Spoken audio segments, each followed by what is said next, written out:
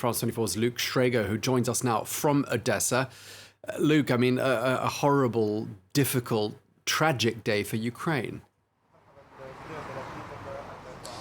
Horrible, difficult and tragic, not just the day, but a very difficult weekend. There's been this spate of attacks ever since Saturday, with dozens of incoming cruise missiles striking areas across the entire country, north, south, east and west, from the capital Kiev and Cherkasy, where people died in those strikes, to one here in the Odessa region that left several people injured in a residential area. And just on Monday afternoon, evening, we've seen the strike in in Kremenchuk, which a cruise missile hit a shopping centre there. President Volodymyr Zelensky saying that at least 1,000 people were inside. You may have seen videos and clips spreading very rapidly on social media. They certainly did here, showing the scale of the destruction and firefighters attempting to tackle an extremely intense blaze.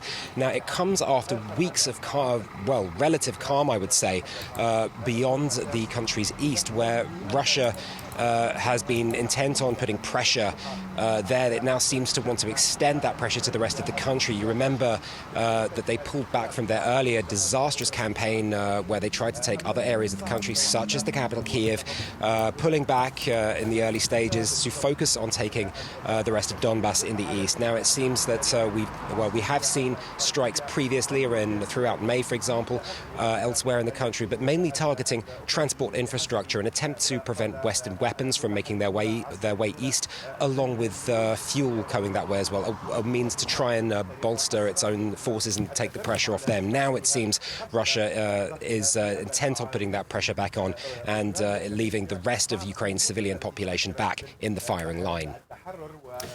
Luke, Russia, it would appear, is trying to send a message to the delegates who are gathered notably for the G7 thousands of miles away in the Bavarian Alps. Do you think there's some weight to that theory? I think there's a lot of weight to that theory. With the G7 intent on discussing how exactly it can help Ukraine, it's hard to see how it's not a message from Russian President Vladimir Putin. Remember at this point that Russian stocks of guided missiles are indeed quite limited. They don't really have an awful lot of them. And the thinking here is that there must have been a reason to use this many of them now. Just on Saturday alone, 48 incoming cruise missiles. Now, we have seen Western aid making its way to Ukraine in the early stages of the war, particularly in terms of the anti-tank weaponry that the Ukrainians used to such good effect.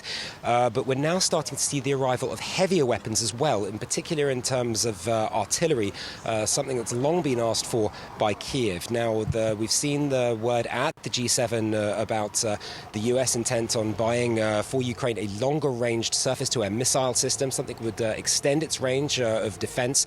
Not to mention this potential cap on Russian oil prices. Now, the sanctions there, I remind you, have gone into effect, but Russia has been able to keep its war machine going since the price of fuel and oil is still so high. Now, putting a cap on that would effectively be a move to take the wind out of Vladimir Putin's sails, as it were. Now, it seems that Moscow may well have been trying to get ahead of this when it opened up with its strikes from Saturday, showing its determination to continue in the face of foreign opposition, despite opposition and criticism from elsewhere. A war, I remind you, that is now reaching the 5-month mark.